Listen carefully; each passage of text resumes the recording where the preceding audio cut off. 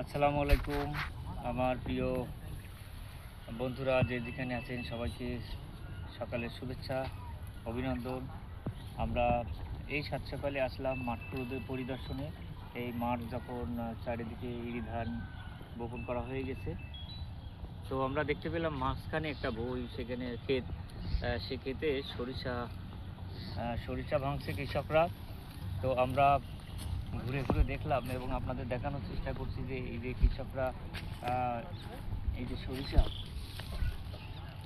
সরিষা ভেঙে সরিষা উপড়ে এই যে ধানের মতন করে তাড়ি করে এটা রেখেছে। এটা আবার গোছ করে আবার নিয়ে যাবে। তো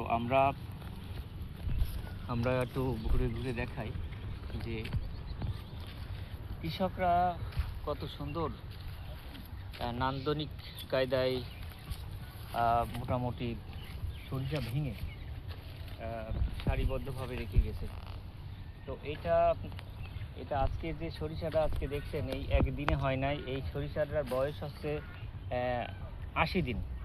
তো এই 80 দিনে যে আসলে এত সুন্দর এত সুন্দর পরিপক্ক হবে, তো ভাবা মুশকিল।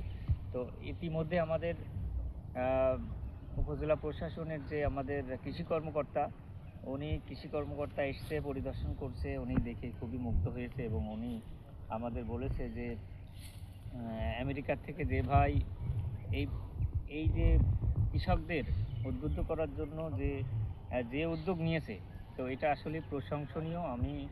আমি ধন্যবাদ জানাচ্ছি আমাদের মঞ্জুর হাসান তুহিন ভাইকে। যে কাজটা আমাদের করার দরকার সেই কাজটা উনি করেছে। তো এটা আসলে কি, এই যে এই সরিষার যে ফলন, সে অসাধারণ ফলন। এই ফলন উনি বলেছে যে প্রায় 5 থেকে 6 মণ করে বিঘা প্রতি এটা পাওয়া যাবে।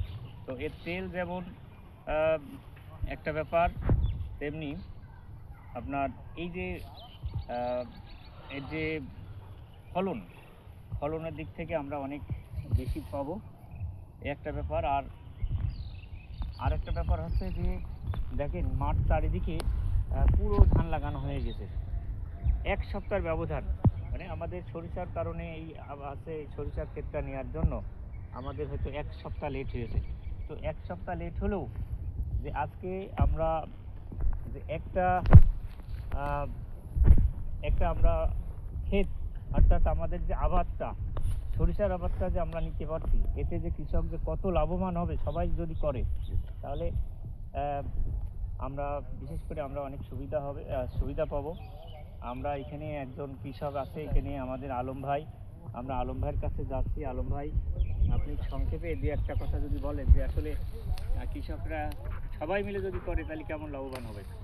খুব ভালো লাভবান হবে, মাঠটাও ভালো থাকবে, কৃষকরাও ভালো থাকবে, তেল হবে, উৎপাদন হবে। তেল কিনতে হবে না, আমাদের নিজের উৎপাদন করে আমরা সেই তেল খেতে পারবো। এইটা আমাদের সুবিধা হবে। কেমন ফলন হতে পারে মনে হয় আমাদের? 5 থেকে 6 মণ ফলন হবে 5 বিঘে প্রতি। এটা আসলে ভুঁইর জন্য অনেক ভালো, ঠিক না? ভুঁইর জন্য উপকার, এতে রোগ বালাইও আসবে না এই ভুঁইটি। আচ্ছা, জৈব সারের চাহিদা যে এর পাতা এবং ফুল পড়ে যে জৈব সার হয়েছে, সেটাও ভুঁইর জন্য অনেক ভালো, ঠিক না?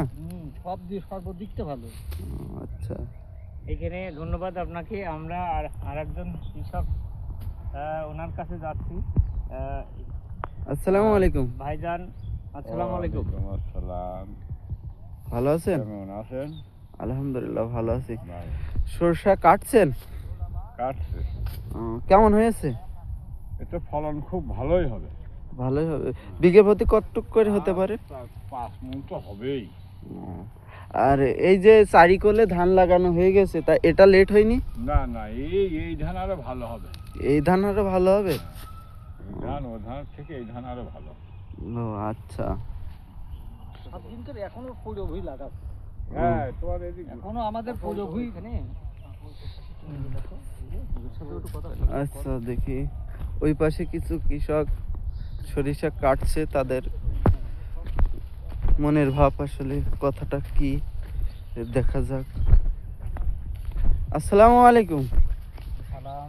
ভালো আছেন? ভালো, সরিষা কেমন হয়েছে? ভালো হয়েছে। বিঘে প্রতি কতটুক হতে পারে? এখন কত হবে না, 5 কেমন হতে হবে। আচ্ছা ঠিক আছে। আর একটি প্রবীণ কৃষকের মুখ থেকে শুনি, এই সরষা করে কি ধান লাগালে সমস্যা হবে? না সেই হবে না, আরো ভালো হবে। আরো ভালো হলো। চারিদিকে দেখছি সব ধান লাগানো হয়ে গেছে, এটা সমস্যা হবে না? না না না, এটা আরো ভালো হবে নাকি? এটা ভালো হবে। গরমের টান আচ্ছা। আসি, যত গরমের টান আগে ছুটি লাগিয়েছে যে ওগুলো ভালো হয়নি। ও, প্রথম শীত পড়িলেও মানুষ লাগিয়েছে, মাথা মাথা হাফ পুড়িয়ে গেছে, আর এখন গরমের টান এসে এখন লাগালে তাকে চাইতে এই ধান ভালো হবে। ধান আরো ভালো হবে। আর আমরা করি আচ্ছা, এই শস্য জাত কি? বাড়ি 14, বাড়ি বিঘা প্রতি 6 মণ করে হয়।